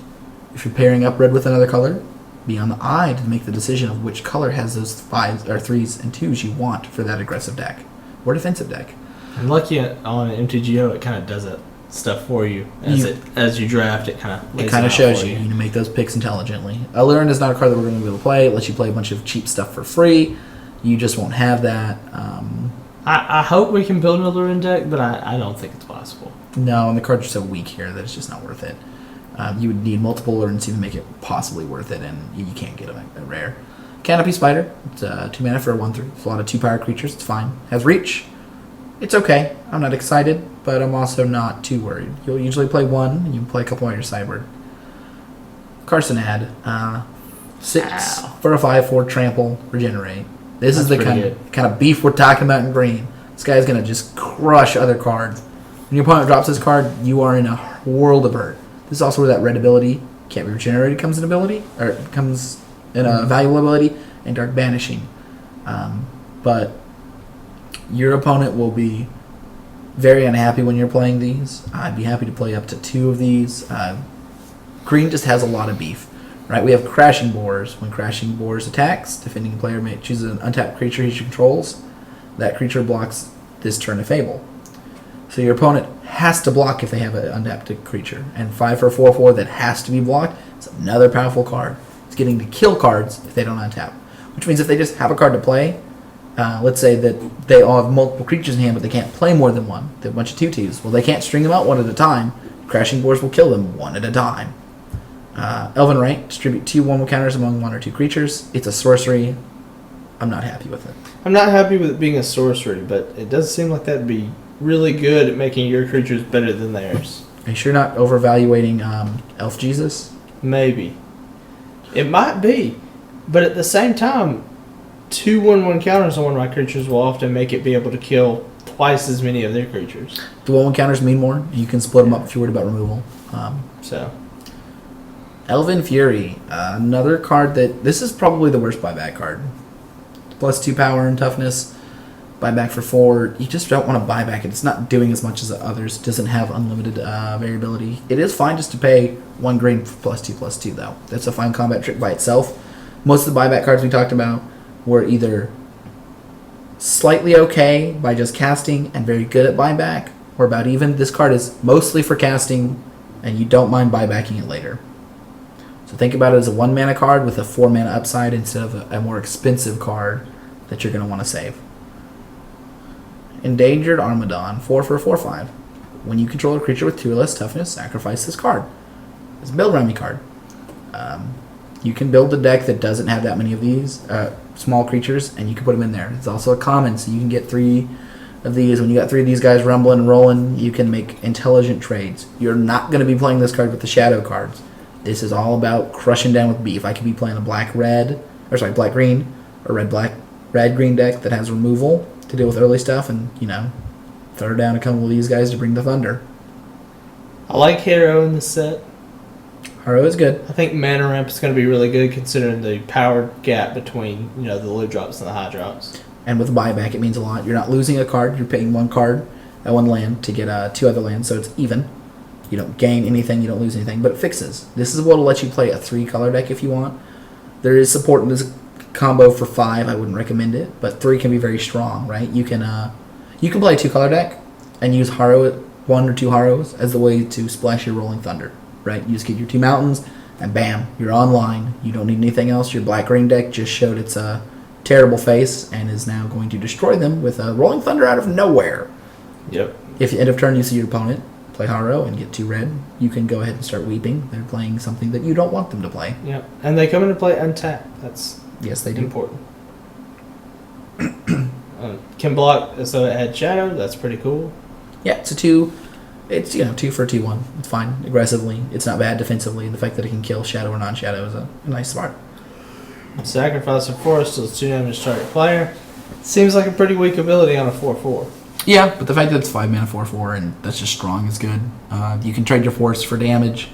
Your opponent has to get through, and your extra force just turn into 2 to the face. I would be happy taking this first. And with the amount of beef you have on the ground, if you can get rid of the shadow creatures, he will just slowly end the game. Hermit Druid is not particularly good in this set. It's 2 for 1/1. They made it uncommon. That's pretty odd. Yeah, it's just because you don't want to see a lot of them. They just put other people who pull it. Wait, it wasn't rare, wasn't it? Yeah.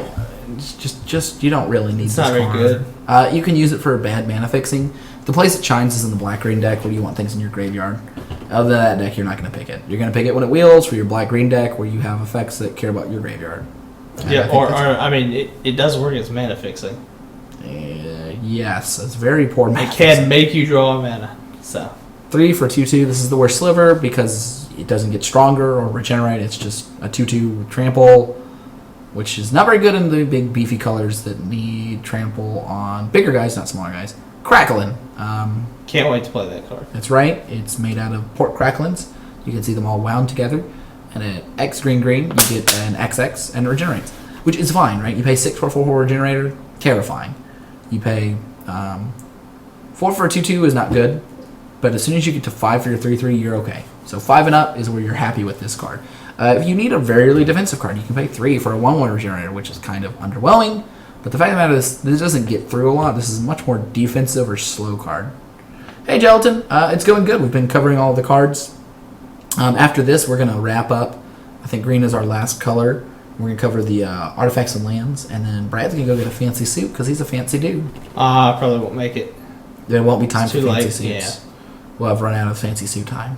But we won't have run out of time for Lowland Basilisk. Whenever it deals combat damage to a creature, deals any damage, but it's usually going to be combat damage. Destroy that creature at the end of combat. 3 mana for a 1/3 that'll trade with anything that it can block or attack through. It's fine. You can put defensive spells on it, or toughness increasing spells to make it do more. You can put power increasing spells on it to incentivize blocking. Mana Bond is a card that you will not play. It is a very powerful card and constructed. You're just not really looking for it. It's not worth it to get rid of all your cards. It's a card for combo decks. Marauder Cat Warrior on the Is other it hand. worth anything? Nah, Mana Bond's not. That's like $1. unfortunate. So the first strike, force swap, vigilance seems good. Yeah, the combinations of these, all three. First Strike and Vigilance on the 2/3 means that you can get through a lot of things. It doesn't die to things like Kindle. The Forest Walk means it's a great pain to play against in the mirror, or not the mirror, in other green decks. Mulch is another card. If I need mana fixing, I'll play Mulch. If I'm playing the black-green deck that needs graveyard effects, I'll play Mulch. Outside of those two decks, I will not play Mulch. Mulch will usually get you 2 lands. It can be used for fixing. It'll almost always get you at least 1 land. When it gets you no lands, you will be very sad. Mm-hmm. When it gets you 3 lands, it's not even really that great because you might be discarding one, but you gotta choose. I mean, 2/2 for 2, whatever. Muscle Sliver is hands down the best sliver. If you happen to get multiples, you are looking at a very strong deck. Muscle Sliver is one of the only reasons to pick up other slivers, right?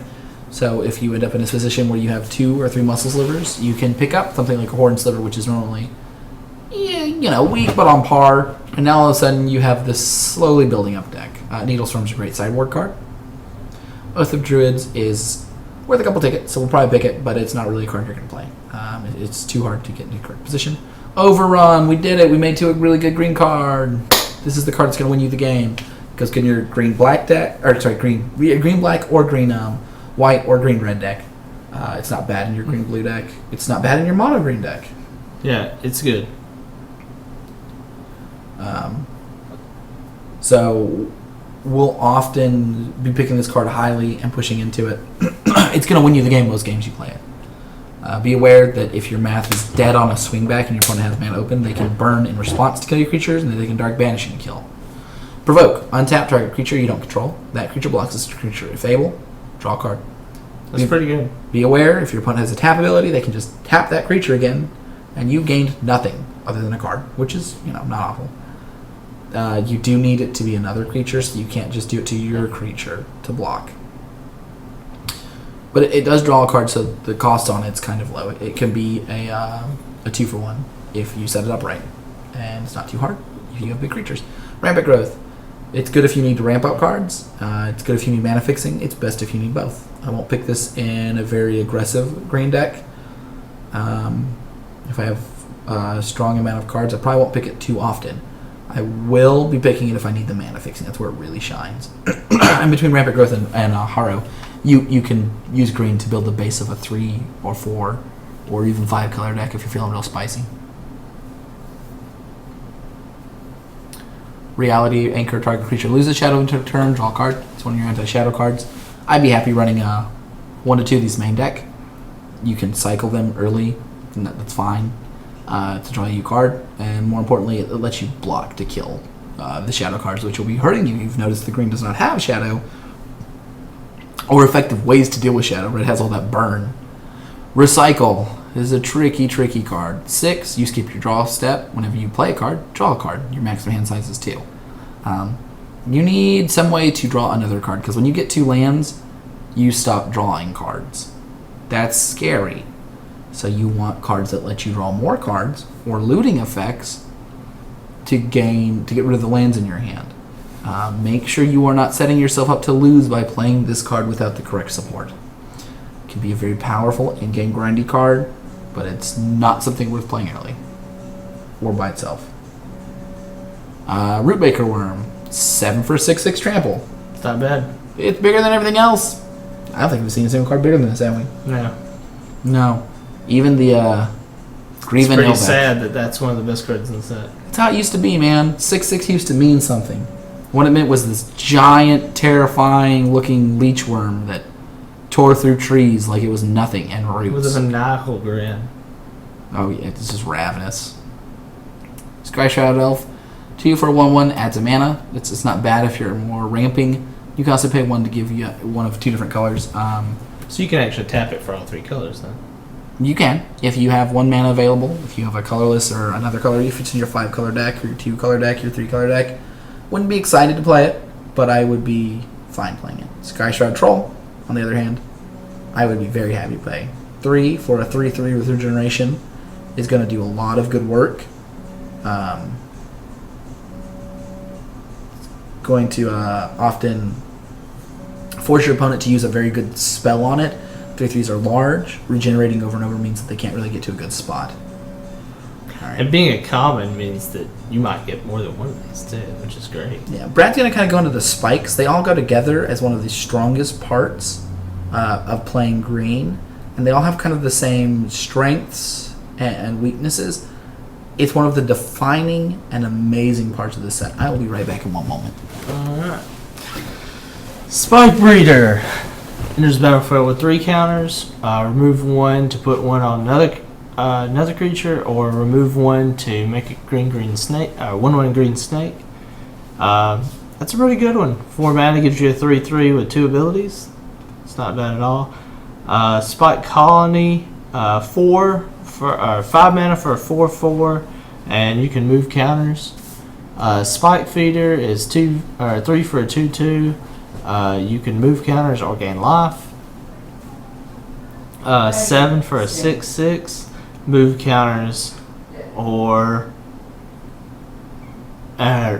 move counters or regenerate. That's really good. This one is rare for a reason. The regenerate is very powerful. Here's another beater. 5 for a 5/4. This one's a really good card in this set. Survival of the Fittest. Discard a creature card. Search your library for a creature card. Reveal that card and put it in your hand. This will let you go get your best creature every turn. That's why it's a mythic. It's going to make it a lot easier for you to have just a couple of really good cards, which you're probably only going to have anyway, and trading really bad cards for really good cards. That's going to be hard to beat when someone gets it down. 3 for a 3/3. I would definitely play that in this set. All right, where are we at? Let's go back up Tranquility. and double check what we saw. Did you talk about all the sweet spike things where you can move them around and be really annoying, and they build into each other, and you can You can play one into the other and just build all on one. You can move them around. This is the Spike series is one of the most powerful and iconic series of green design that's been around. Your opponent will be hard pressed to ever get anywhere with this many. The breeder makes creatures. The colony just has a lot of power and toughness, correct? Yeah, 4 for 5. Yep. The feeder is the worst of the 3, and it's still excellent. And you move it, and the hatcher kind of lets you. It isn't that good at first blush, but the fact that it's 6 for a 7, you 6/6 for 7, makes it on par with the Rootbreaker one. But not to mention it regenerates. So yeah. Let's see. I was talking about how Survival of the Fittest will let you just go get your good cards every turn. That's why it's a mythic. That's right. Spineworm and Trained Armadon we see are just above average on that. It's just the beef. That's what green brings. Don't have abilities, just be beefier. Mm-hmm. Verdant Force. Are we on that yet? Yeah, Tranquility might be necessary for a sideboard card. Verdant Force should win you the game. 7 for a 7/7, or 8 for a 7/7, and makes a 1/1 every upkeep on yours and your opponent's. It's a tier 1 win condition. You'll be happy to play it. Let's see. Target land becomes a 2/2 that's still a land. It becomes a 2/2 forever. That's pretty neat. It's a cool card in 2 different ways. You're usually going to use this to add aggression. But what I like to do is when I'm playing a red deck, or a deck like a green-black deck very controlling, you can use it to kill their lands. You can target their lands. It's not a nice card. You're not normally just going to play it on your cards because the vulnerability of turning a land into a creature is quite high. You can use it late to try to turn all your lands into creatures later and get through damage the next turn. Or you can use it as a slow way to grind out their lands because you're a jerk. Mm-hmm. Bell, Joe, the preview drafts, the Tempest drafts we're going to do are going to be Friday or Saturday when the set comes out. I think we're going to kind of busy Thursday. If we have time Thursday, we will. But I don't want to promise you guys anything like that. But we'll definitely have some up on Friday and Saturday. We'll do some for quite some time. Yep. Destroy an artifact. I haven't seen any artifacts yet, so yeah. Hey. I don't know how useful it is. Wall of Blossoms is great. Replaces itself when you play it, and it's a 0/4 defender. In your aggressive green decks, you're still probably going to be playing this because often you don't have something better to play on too. There's not a lot of good green 2-drops. There's not a lot of good 2-drops outside of the shadow creatures, honestly. And this lets you have a way of shoring up against the regular creatures, but at the worst cycling through. Green itself is just beef. You notice that the creatures were stronger, bigger, more powerful, and with no abilities, right? The other colors have evasion, the other colors have removal, all this other stuff. And green's just this big, giant pepperoni pizza to the face. Nothing fancy. Alright, so Acidic Slivers, sacrifice deal 2 damage to target creature or player. It's not terrible. It's a reasonable removal for the 2 colors. You're not picking this early. If you're in black and red, you're letting it come back to you. That'll be the case for all these slivers, by the way. So Crystalline Slivers are a great casual card, but I don't think it's worth anything on MTGO. All slivers have Shroud's relevant ability. Being a 2/2 for 2 is fine, but again, not picking it unless that presents itself. As it's entered the battlefield, sacrifice any number of creatures. Power becomes the total power. Its toughness becomes the total toughness. And it has fire breathing. I've never seen this card before. It seems like a really good card if you're in those colors. Dracoplasm is a potentially strong card. The problem is we saw a lot of removal. It's the kind of card I'm going to be conservative with if I'm playing a black or red opponent. Unless I can get it out of the burn range, which you can, right? You throw together a total of 5 toughness and you're good. Against black, I'll usually just sideboard this out. The fact that I can fire breathe is powerful too. One of the plays I like with Dracoplasm is sacrificing a 1/1 or a 2/2 to get a 1/1 or 2/2 flying fire breathing. Like, you don't have to do a lot to make that good. So we've got Hibernation Sliver. Page you live for Gen to your hand. It's fine if you have a lot of slivers. There's a 5-color sliver deck. If you get the cards, like we see Sliver Queen down here or something like that, you can make it. Other people won't be taking these slivers, hopefully, because they're not very good on their own. Yeah, I don't know if the 5-color sliver deck is even worth going for if you pick this first. Probably not. I think you'd have to do it too many resources to getting slivers and getting the mana to support them. You don't have to support a lot of things to getting the slivers. The problem is, are the slivers open? Is anyone else in the deck? And if they're not, then you're fine. You're devoting most of your resources to to green mana fixing and red direct damage. Yeah, it's still a risky deck, and I don't think it's nearly one of the best decks. It's not that consistent. And I bet Sliver Queen's not even worth anything online because nobody plays casual, really. There's some commander decks. It's probably worth a ticket. But flying, pay to life, return it to your hand. That's going to be a really good card. It is. You have a repeatable 3/3. It can kill a lot of creatures. It's just strong. All right, so I think my favorite card in the entire set. It's ridiculously strong, and if you see one, you're going to openly weep. It's 4 for a 3/2 shadow. That's really good. Pay 0. The next time we deal combat damage to an opponent this turn, it deals that much damage to a creature. So you can kill all their creatures, and they can't block your creatures. And if you're playing red, you can burn out the shadow creatures, kill the rest of the creatures, and single-handedly murder everything that's not a green creature in the game. Yeah, pretty much. It's a total board control with that. Alright. More multicolored, another sliver. Spine Sliver is one of the stronger ones. I would be happy to just play that in my red-green by itself. Yeah, me too. 2/2 gets +1/+1 for each creature blocking it, so they have to block with 2 2/2s to kill it, which case it kills their 2 2/2s. They have to block with 1 3/3, which case it trade to 3/3, right? We got Vadi Ildal. It's 4. Yep, 4. Makes a creature have 1 power or 1 toughness until the end of the turn. He's an excellent blocker, and he can make your attacks very hard. You attack with a bunch of creatures, your opponent has some blockers, and you just turn it sideways. If you can pull together a gen deck, green, black, red, he's very strong. Your Searing Touches become much more powerful when it's tap a creature, pay 6, kill target creature. All slivers have pay 2, sacrifice, gain 4 life. It's not a bad one. No. It's very similar to Bottle Gnomes here in a minute. Yeah. It's gain 3 life. We talked about there not being very many good 2-drops. The 2-color slivers seem like that, but it's hard to get the 2 colors on time. So don't think of them as 2-drops. They're usually something like a 3 to actually come down, unless you're very lucky. So if you open this card first, do you go for the sliver deck? This coat of arms? I probably just pick the better removal spell. We'll talk about Coat of Arms in a minute. All right, there's not really much to say about Wood Sage. Wood Sage, you normally are going to name a land with it. You put the rest in your graveyard. You have to name a creature card.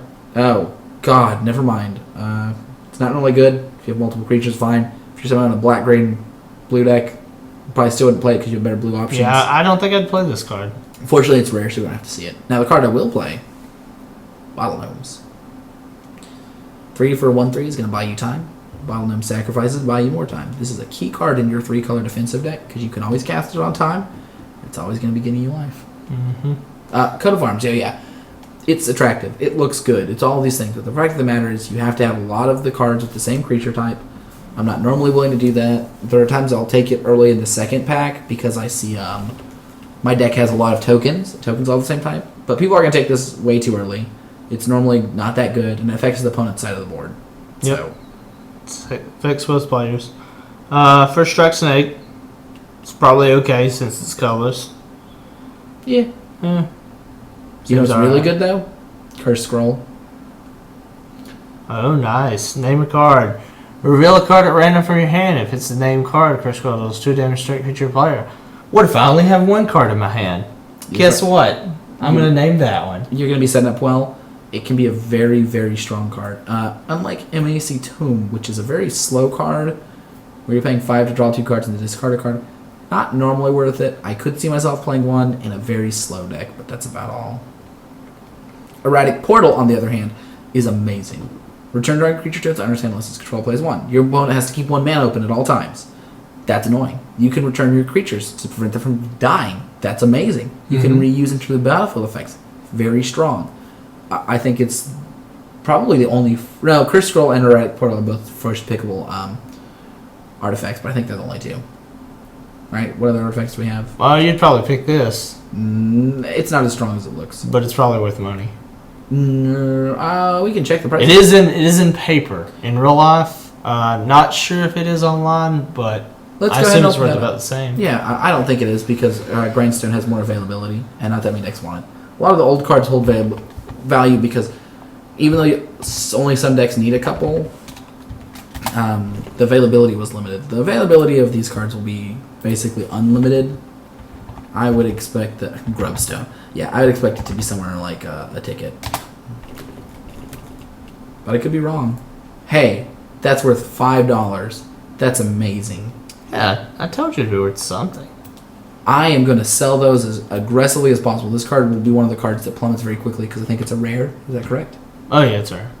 Yeah, there's a card. It's a mythic in this set. Okay, they made it a mythic so that we can hold some amount of value to it. So it'll hold around 4 or 5. So you're right. That is worth picking. Yeah, it'll pay for part of our draft if nothing else. It goes in some decks, too. You can play it in your controlling deck. It'll be fine. Yeah, I mean, it goes in some legacy decks as well. Yeah, it's a primarily legacy card. It has an instant win condition with the Painter Stone combo. And in your controlling deck, it's good. And in your mid-range or controlling deck, or if you're playing against a controlling deck that's primarily one color, it can be strong as well. I mean, I would like to play it just to see if maybe it'd work if we had a slow enough deck. Yeah, if you pay 3, you're on average going to be getting, I think, 3.5 cards. Doesn't count lands. Colorless is not a color. That's a big important factor. And the other factor with it as well, for picking it early for that much, is that a lot of these cards don't have value. So we're depending a lot more on the strength of our games, which, can normally be good, but there's usually valuable rares that help kind of step that up as well. And here, we don't have that, so we need to take the value when we get it. Yeah, this is actually a really bad set to be drafting if we wanted to go infinite. But since it's the new thing, we're going to try it for a little while. It'll be fun, too. Most of the cards in the set aren't really worth much. Nope. Especially considering how much it is to enter the tournament. It's more than a normal draft, right? No, it's the same price. Oh, so that's why they're not really jacking up the price like a Legacy. When they did Vintage Masters. And in all fairness, Vintage Masters almost always turned out to be worth your draft if you did it all well because of the card quality and prices. All right, so Jinxed Idol. Is this worth buying? No. It is almost never. At the beginning of your upkeep, it deals 2 damage to you, sacrifice a creature, it deals 2 damage to, or you give it to opponent. The trick with this card is you play it when you are a moderately creature-heavy deck and you're playing against an opponent with not very many creatures because you can go to that. Or if they have lots of red burn in addition to this? Yeah, or if you're playing a black deck, or if you're playing against a black deck and they're killing your creatures, you can sacrifice in response. But overall, it's sideboard or not at all for the most part. Lotus Petal is worth picking because it's worth money. It's not a very good card. Metallic Sliver is not worth playing. Mindless Automaton. Enters the battlefield with 2 counters. Discard a card, put a counter on it. Remove 2 counters, draw a card. So you can always make this draw you a card for 4 mana, which is kind of lame. But you can discard extra lands as well to make it bigger. Yeah. So I don't hate this card, but at the same time, I'm not super impressed. I don't know if it's a high pick. Probably not. Not particularly, unless you like Frenzied Robots, in which case you should value this higher because it's one of my favorite arts. Yeah, it is one of the best arts. Mox Diamond, we made money. What's a Mox Diamond worth? It's worth quite a bit. Yeah. We're coming up to the few cards worth money here. Mox Diamond isn't the worst to play. I would actually usually play to my deck as well. It's worth $5, which is enough that I would always take it. And then the Stronghold one is worth 6, so it might fall somewhere in there. See, because that was the Tempest Remastered. That hasn't actually come out yet. Yeah. So it's somewhere in there. No, that's a regular Tempest. Tempest Remastered is made from all 3 sets. Yeah, so this is the Tempest Remastered one. Oh. It's saying $5, but they're not actually on sale yet. Oh, okay, never mind. That's wrong. Yeah. I guess they already have them up on buy listed somehow. Maybe because people can do drafts right now, they're preview drafts. Patchwork Gnomes. Discard a card. Regenerate Patchwork Gnomes. It's a good sideboard card against aggressive decks. That's where it's going to go. Now, Phyrexian Hulk is an amazing card because it's 6 for your 5/4. Unless you're in green, you're happy to play it. If you're in green, you're happy to play it. You're only paying 1 more for that upside of being colorless. This is a fairly high pick. Yep. Looking forward to playing that. It's sad that we're looking forward to playing a 6-mana 5/4. Phyrexian Hulk's been pretty good all the way up until, like, Kamigawa block. Alright, Sky Shaper. Wow, that's underwhelming. Creature you control gain flying end of turn. I don't think I'm normally going to play that. Yeah. I mean, if it comes around with a lot of stuff I'm not going to play, I'll put it in the sideboard, but... Oh, Thopters. Bread and butter. Telethopter. Tap untap creature you control. He gains flying until end turn, and he's a 3/1 for 4. It's not terrible. It's not, and the fact that you can, in your red deck, turn your Mod Conscripts into damage is a big deal. I will be happy to play this in aggressive decks. I will not be playing this in less aggressive decks for the most part. Now this one has a block of text right here. It's a 5 mana flying. Enters the battlefield with 3 1/1 counters. Remove a 1/1 counter. Make a 1/1 colorless Thopter token with flying. Activated only that you can do a sorcery. Sacrifice the Thopter. Put it back on this guy. When you want to play this, is usually on 6 or 7, so you can make a couple guys and have a 1/1, just to give it kind of insurance for that. One of the things about this, though, is if you can have it with spikes, it's incredibly powerful. 5 for a 3/3 flyer. It's not terrible in a lot of the colors either. This is a very strong card, even though it looks underwhelming because we're used to better Thopters. But I'm very happy to play it. Vora's Laboratory enters the battlefield. Choose a color and a creature type. Put a 2/2 colorless creature of the chosen type into the battlefield. Goes good. That's not terrible. It's in your defensive deck. You're using it to kind of play all these guys to muck up the board and eventually win the game. Your opponent's not going to be playing a lot of artifact removal or any. I wouldn't play one if I just saw this one specific card. So you can push through lots of other ones. In my 2 or 3 color control deck, this is the card I'm looking to hopefully win me the game. All right, we've got a bunch of... All right, we're going to talk about all of these lands bad pain lands, bad untapped lands, more bad pain lands, more bad Let's go back to the bad lands. untap and bad pain land. The bad pain lands and the bad tap lands, they don't untap after you use them, are or something you're going to play if you're in a 3 or 4 or 5 color deck. In your normal 2 color deck, you do not want to play these cards. No. I mean, you might pick one if it's a real late, but that's it. Even if you pick them, you're not only going to play them. I would rather play a 8/8 split on my lands to play one of these because they're both very painful.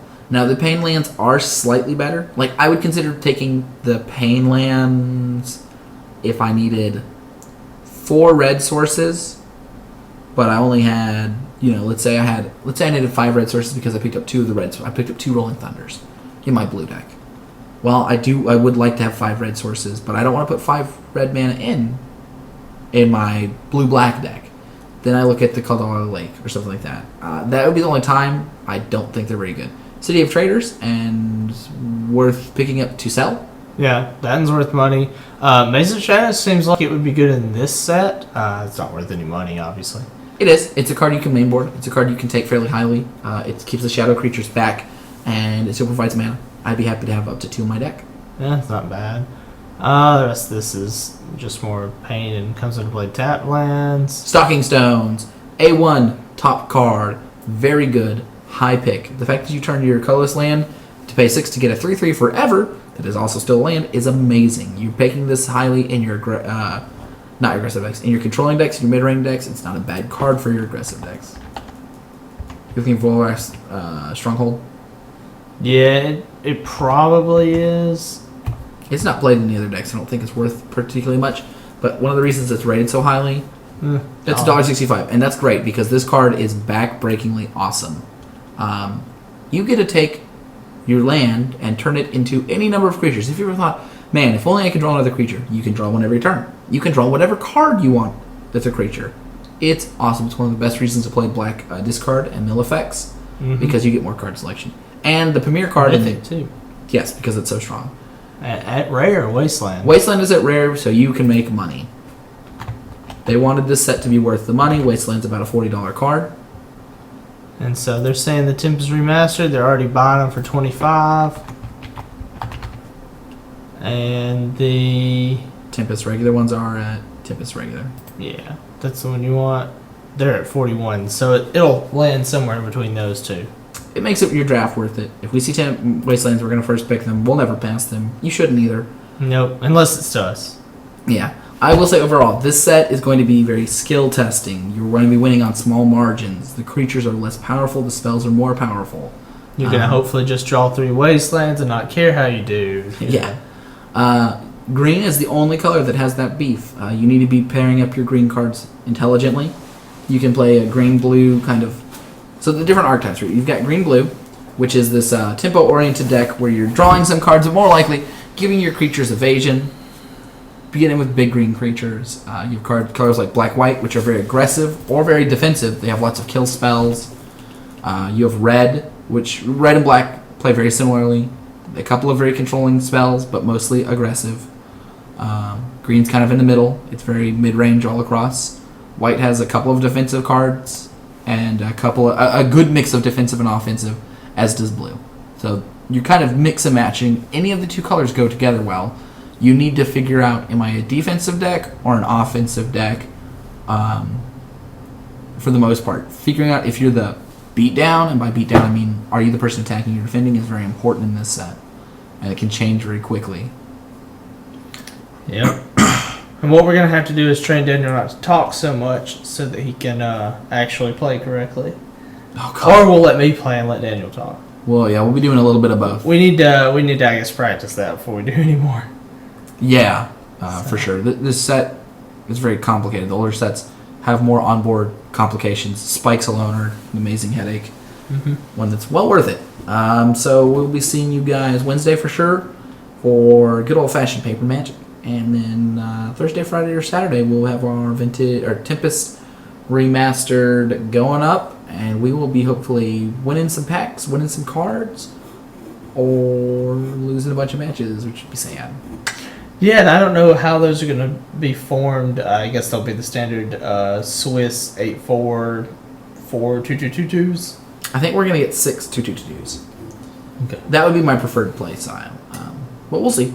Anyway, we're Mobius.